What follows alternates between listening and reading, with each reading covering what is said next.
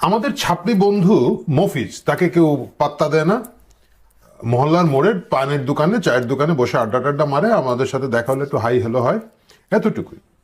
তো হঠাৎ করে একদিন মফিজ দাবি করলো প্রধানমন্ত্রী তার সাথে যোগাযোগ রাখেন, প্রধানমন্ত্রী তাকে শুভেচ্ছা জানিয়েছেন, তার পরিবারকে শুভেচ্ছা করেছেন দিয়েছেন এবং সবকিছুই প্রধানমন্ত্রী তাকে টেলিফোন করে খোঁজ খবর নিয়েছেন, শুভেচ্ছা দিয়েছেন। শোনার সাথে সাথে আমরা সকলেই এক্সাইটেড হয়ে গেলাম যে আমাদের বন্ধু মফিজ যে এত গুরুত্বপূর্ণ একজন মানুষ, দেশের প্রধানমন্ত্রী তাকে টেলিফোন করেন এবং খোঁজ খবর নেন, তাকে শুভেচ্ছা জানান, ঈদের শুভেচ্ছা জানান।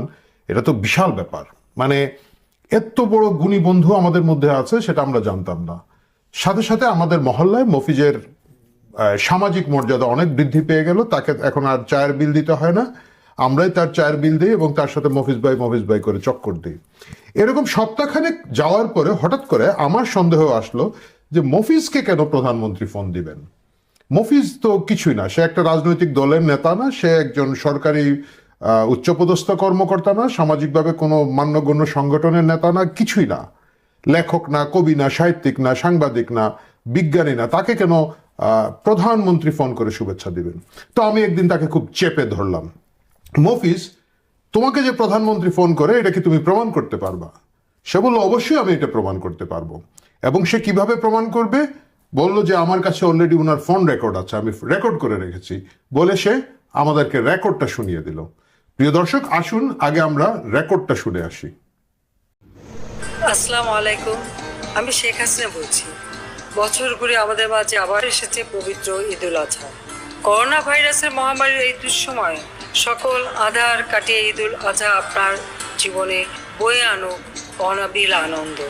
আসুন কোরবানির ত্যাগের মহিমায় উজ্জীবিত হয়ে দেশ ও দেশের মানুষের কল্যাণে আত্মনিয়োগ করি।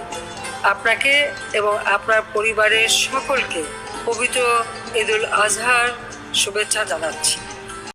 ঠিকই ধরেছেন, মফিজ যে কথাটা বলেছিল এটা হচ্ছে ম্যানিপুলেশন। তার কথা গ্রামাটিক্যালি কারেক্ট, পলিটিক্যালি কারেক্ট, কারণ হচ্ছে সে একটা ফোন পেয়েছে, সেই ফোনটা প্রধানমন্ত্রী শেখ হাসিনা করেছেন এবং সে রিসিভ করেছে, রেকর্ড করে রেখেছে।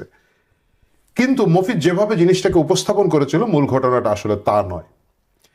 এই ধরনের ঘটনা যদি মফিজরা করে থাকে তাদের সামাজিক মর্যাদা বাড়ানোর জন্য, আমি সেটাকে ক্ষমাসুন্দর দৃষ্টিতেই দেখতে চাই। এটা মফিজদের লেভেলের বুদ্ধি। কিন্তু এই জিনিসটা যদি রাষ্ট্র পর্যায়ে করা হয়, এই একইভাবে পলিটিক্যালি কারেক্ট, গ্রামাটিক্যালি কারেক্ট রেখে ম্যানিপুলেশন যদি করা হয়, সেটা ঠিক গ্রহণযোগ্য বিষয় হয় না। সেটা খুব দুঃখজনক, দুর্ভাগ্যজনক এবং সেটা অসৎ একটা অ্যাপ্রোচ বলে আমি ব্যক্তিগতভাবে মনে করি। আপনারা প্রশ্ন করবেন যে ভাই এই ঘটনাটা কোথায় ঘটেছে? এই ঘটনাটা সম্প্রতি ডক্টর ইউনূস করেছেন।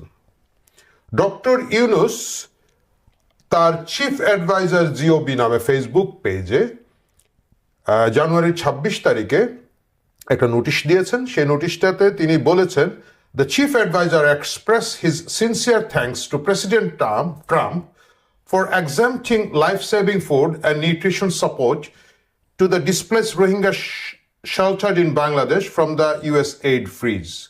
কথাটার বাংলা করলে দাঁড়ায়, প্রধান উপদেষ্টা প্রেসিডেন্ট ট্রাম্পকে সিনসিয়ার থ্যাঙ্কস মানে আন্তরিক ধন্যবাদ জানিয়েছেন ফর এক্সাম্পটিং বাদ দিয়ে রাখার জন্য life saving foods and nutrition support. Food and nutrition support হচ্ছে খাদ্য এবং পুষ্টি সহায়তা, যেটা মার্কিন যুক্তরাষ্ট্র দিয়ে থাকেন রোহিঙ্গাদেরকে। সেই সহায়তাটুকু তার যে ৩ মাসের ব্যান আছে, এইড ফ্রিজ আছে, সেইটা থেকে বাদ দেওয়ার জন্য উপদেষ্টা ধন্যবাদ জানিয়েছেন। প্রিয় দর্শক, এই কথাটার মানেটা কি দাঁড়ায়? এই কথাটার মানে দাঁড়ায় যে ট্রাম্প সারা বিশ্বে এইড ফ্রিজ করে দিয়েছেন, কোথাও কোনো সহায়তা ৩ মাস যাবে না, তারা জিনিসটাকে বিচার বিবেচনা করবেন, যেটা মিডিয়া বলা হচ্ছে। কিন্তু রোহিঙ্গাদের খাবার এবং এইডটা তিনি দিচ্ছেন, এবং প্রধান উপদেষ্টা এই জন্য তাকে ধন্যবাদ জানাচ্ছেন। এই কথা দিয়ে বোঝা যায় আমাদের প্রধান উপদেষ্টা অনেক শক্তিশালী, তার সাথে ট্রাম্পের বা ট্রাম্প প্রশাসনের অনেক ভালো যোগাযোগ আছে। তিনি ধন্যবাদ জানিয়েছেন যে ভাই, আপনি যে রোহিঙ্গাদেরকে এই আপনার ব্লকেজের মধ্যে ঢুকান নাই, এই ব্যান করার মধ্যে ঢুকান নাই, এই জন্য আমরা কৃতজ্ঞ। আদতে কি তা? আদতে এটা হচ্ছে একটা মিডিয়া ম্যানিপুলেশনের ঘটনা। কিভাবে ঘটনা? কারণ মূল যে সার্কুলারটা তারা ট্রাম্প প্রশাসন থেকে দিয়েছেন, এখানে দুনিয়ার সকল জায়গায় ইমার্জেন্সি ফুড অ্যাসিস্ট্যান্ট এবং এই সংক্রান্ত জায়গাগুলোকে বাদ রাখা হয়েছে। তারা বলছেন না যে না শুধুমাত্র রোহিঙ্গা ক্যাম্পে ও আচ্ছা ইউনুস স্যার ওইখানে আছেন, ওকে রোহিঙ্গা ক্যাম্পের খাবার দিয়ে দাও, তা না, গোটা বিশ্বেই হয়। আমি জিনিসটা স্ক্রিনে দেখাচ্ছি, তাদের যে 12 নম্বর পয়েন্ট আছে, তারা যে নোটিশটা জারি করেছেন সেই নোটিশের 12 নম্বর পয়েন্ট আমি আপনাদের জন্য পড়তে চাই। The Secretary of State has approved waivers of the pause under the executive order and this ALDAC subject to further review with respect to key A. Foreign military financing for Israel and Egypt and administration expense including salaries necessary administration foreign military facing, মানে হচ্ছে Israel এবং মিশরের জন্য যে সামরিক সহায়তা তারা দিচ্ছেন সেটা তারা অব্যাহত রাখবে।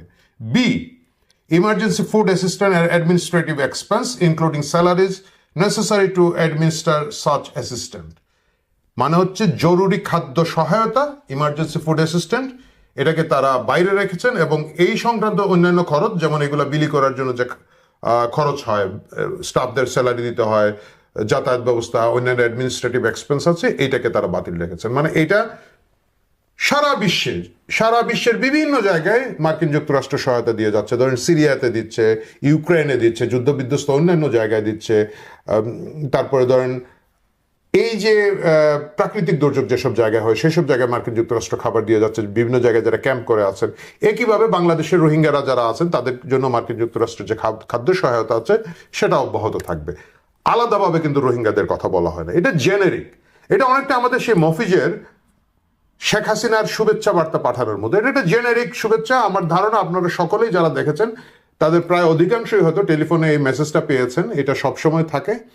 মফিজ কিন্তু বলে নাই যে শেখ হাসিনা আর অনেককে দিয়েছেন, আমি ওই জেনেরিক কল পেয়েছি। সে বলেছে আমাকে প্রধানমন্ত্রী ফোন করেছেন, আমার পরিবারকে ঈদের শুভেচ্ছা জানিয়েছেন, আমি এটা রেকর্ড করেও রেখেছি। Grammatically correct.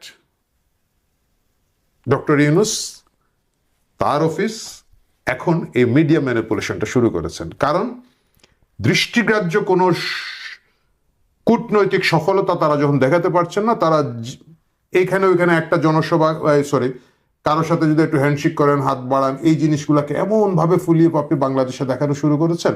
আপনারা জানেন, আমার ঠিক পূর্ববর্তী ভিডিওতে আপনারা দেখবেন তার যে বিডা চেয়ারম্যান আছেন উনি একটা হাওয়াই কোম্পানির সাথে চুক্তি করে, এটাকে মার্কিন যুক্তরাষ্ট্রের ট্রাম্প প্রশাসনের সাথে প্রথম চুক্তি, এই ধরনের ম্যানিপুলেশন তৈরি করেছেন। সেটা হয়তো বিডার চেয়ারম্যানের ব্যাপারটাতে হয়তো আমরা একটু ক্ষমা সুন্দর দৃষ্টিতে দেখতাম, ওনার বয়স কম, অভিজ্ঞতা কম, দক্ষতা যোগ্যতা কই আছে না আছে আমরা জানি না, কিন্তু এটা যখন ডক্টর ইউনুস করেন তার ভেরিফাইড ফেসবুক পেজ থেকে করা হয়, এটা খুব দুঃখজনক। প্রিয় দর্শক, সততা একটা ইম্পর্টেন্ট জিনিস।